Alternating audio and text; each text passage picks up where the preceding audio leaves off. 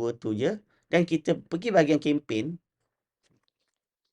Kita pergi bahagian kempen ni, alright.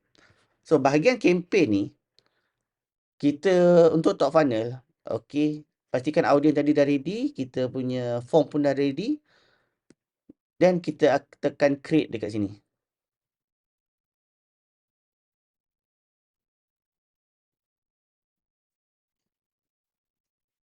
Okey, sekejap dia tak keluar, okey. Okey, so untuk ni, untuk top funnel, okey, untuk business service, okey. Ambil lead generation lah, ambil lead generation. Okey. Kalau untuk business service, nak dapatkan leads ambil lead generation. Tapi kalau untuk jual produk e-com ke ambil sales lah. Tapi better you guna TikTok Shop terus.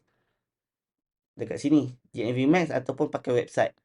Tapi untuk beg biru, kita guna lead generation.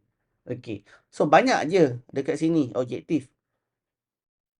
Kenapa nak kena pakai lead generation? Boleh je untuk awareness tu sebab kita nak target orang masuk second video je kan. Kenapa tak guna video views? Kenapa tak guna reach dekat kita punya top funnel untuk bahagian awareness?